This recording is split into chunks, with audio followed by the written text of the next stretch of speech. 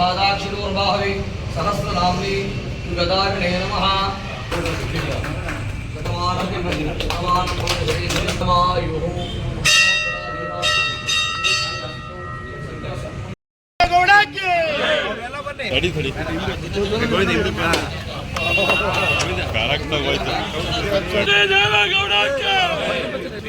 ಹಂಚಿಕೆ ಮಾಡ್ಬಿಡೋಣ.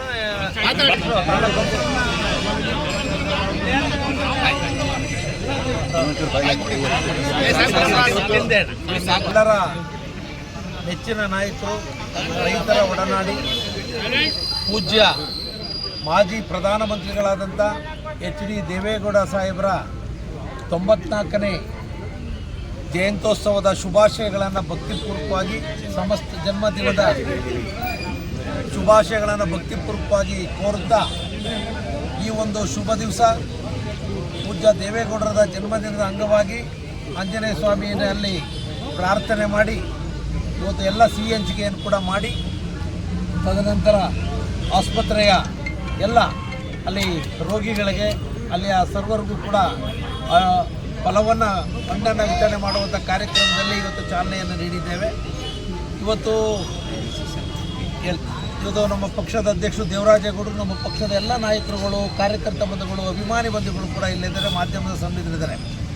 6 ದಶಕಗಳ ಕಾಲ ಈ ರಾಜ್ಯ ಮತ್ತು ರಾಷ್ಟ್ರದಲ್ಲಿ ಒಂದು ಶ್ಲಾಘನೀಯವಾದಂಥ ಒಂದು ಸೇವೆಯನ್ನು ಸಲ್ಲಿಸ್ತಿರ್ತಕ್ಕಂಥ ಮಹಾನ್ ನಾಯಕರು ಈ ದೇಶದಲ್ಲಿದ್ದರೆ ಅದು ಪೂಜ್ಯ ಎಚ್.ಡಿ. ದೇವೇಗೌಡರು ಇರ್ತಕ್ಕಂಥ ಮಾತನ್ನು ಹೇಳಲಿಕ್ಕೆ ಬಯಸ್ತಾ ಇದ್ದಾರೆ.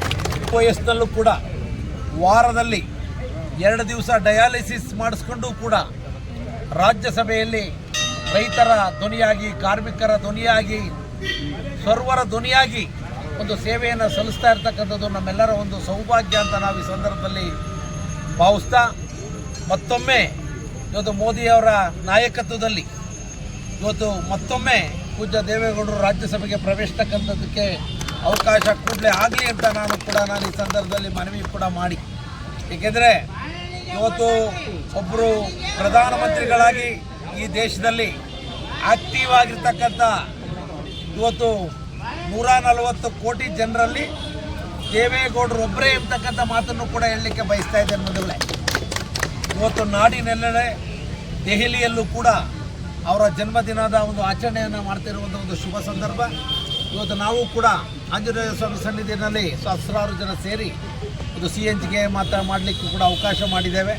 ಇವತ್ತು ಬಾಗೂರು, ನುಗ್ಗೇಹಳ್ಳಿ, ಹಿರಿಸೇವೆ, ಅದೇ ರೀತಿ ಶ್ರವಣಬೆಳಗೊಳದಲ್ಲೂ ಕೂಡ ಆಚರಣೆಯಲ್ಲಿ ಎಲ್ಲ ನಮ್ಮ ಕಾರ್ಯಕರ್ತರು, ಅಭಿಮಾನಿ ಬಂಧುಗಳು ಭಾಗಿಯಾಗಿದ್ದಾರೆ ಅಂತ ಕೂಡ ಹೇಳಿ, ಪೂಜ್ಯ ದೇವೇಗೌಡರಿಗೆ ಈಶ್ವರ ಆಂಜನೇಯ ಸ್ವಾಮಿ ಆರೋಗ್ಯ ಆಯಸ್ಸು ಕೊಟ್ಟು ಶತಾಯುಷಿಗಳಾಗಿ ಇನ್ನೂ ಕೂಡ ಈ ದೇಶದಲ್ಲಿ ಪ್ರಜ್ವಲಿಸ್ತಕ್ಕಂಥ ಅವಕಾಶ ಆಗಲಿ ಅಂತ ಪ್ರಾರ್ಥನೆ ಮಾಡಿ, ಇವತ್ತು ಪ್ರತಿಯೊಬ್ಬರಿಗೂ ಕೂಡ ಸ್ಫೂರ್ತಿಯ ಚಿಲುಮೆ ಪೂಜ್ಯ ದೇವೇಗೌಡ ಸರ್ವರಿಗೂ ಕೂಡ ಇವತ್ತು ಅದನ್ನು ನೋಡಿ ನಾವು ಕೂಡ ಜನಸೇವೆಗಳಲ್ಲಿ ಮುಂದಾಗಬೇಕು ಅಂತಕ್ಕಂಥದ್ದನ್ನು ಕೂಡ ಹೇಳಿ, ಅವರ ಆಶೀರ್ವಾದ ಸರ್ವರಿಗೂ ಕೂಡ ಇರಲಿ ಅಂತ ನಾನು ಈ ಸಂದರ್ಭದಲ್ಲಿ ಶುಭ ಹಾರೈಕೆ